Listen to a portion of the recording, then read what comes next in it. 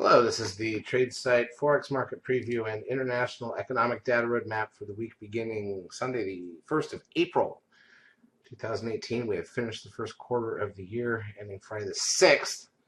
Hope we had a good trading week in Forex. Friday was essentially a holiday for most, at least because the U.S. the stock market was closed. What's interesting is that the rest of the world does their bank holidays on Monday, the day after Easter, although the U.S. banks will be open, but it's usually dead when the rest of the world's closed. So I'm not expecting much. We probably will not post calls Sunday. Get back to it Monday. So here's a look at the calendar. Actually, before we get to the calendar, let's start with the dollar index daily chart. Popped up just a little bit this week. Let's go through the daily charts of the majors, then we'll look at the interweek action.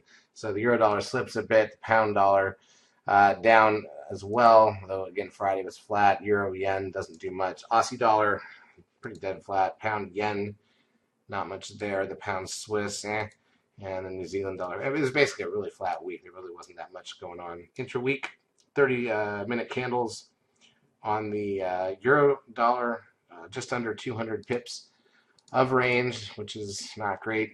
Remember, usually the euro trades about 120 to 130 per day, so 180 to 200 for the week is not good. The pound put in about 220 as well. Tuesday was the big day down, although Wednesday had a down day too. All right, so let's just get to it. What's the data coming out this week? What do we have to look forward to post-Easter? So again, New Zealand, Australia on bank holiday. Japan's got their Tenkan manufacturing index and final manufacturing PMI.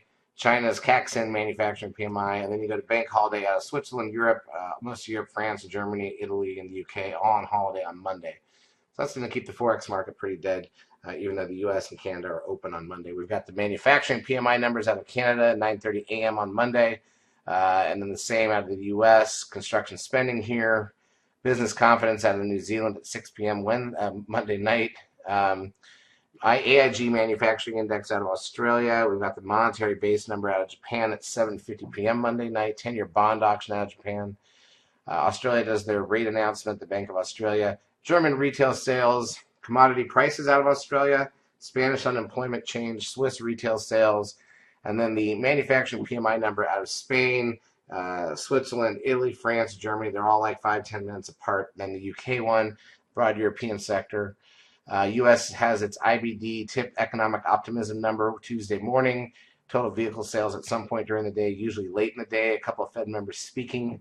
We've got retail sales out of Australia at 9:30 p.m. Eastern Time on Tuesday, and the Caixin Services PMI number.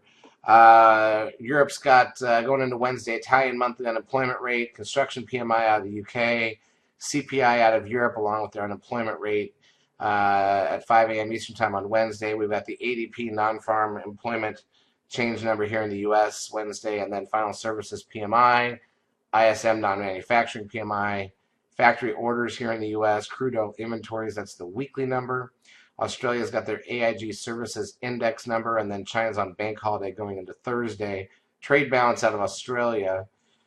German factory orders going into Thursday, CPI out of Switzerland, and then all the services and final services PMI numbers, Spain, Italy, France, Germany, the broad European sector, UK, PPI and retail sales out of Europe at 5 a.m. Thursday morning here in the U.S., 10-year bond auctions out of Spain and France, challenger job cuts here in the U.S., trade balance out of Canada, and then the U.S., that's one of our big three each month, so we'll be half size ahead of Thursday night, along with the weekly unemployment claims.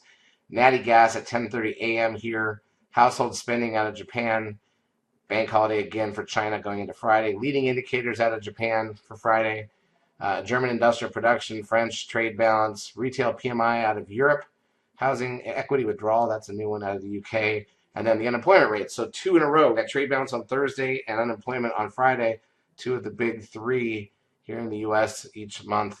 So half size both nights going into those. And that's it. Some speeches and consumer credit at 3 p.m. Friday to close out the week. So we'll see a couple of big numbers later in the week. We'll see what that means. And if we get some movement, there's a lot of data, so hopefully a little more interesting than what we saw this last week. Charts, as usual, brought to you by eSignal. If you've not yet taken a trial of our services, feel free to do so. We will help you out for a couple of weeks. Have a great trading week.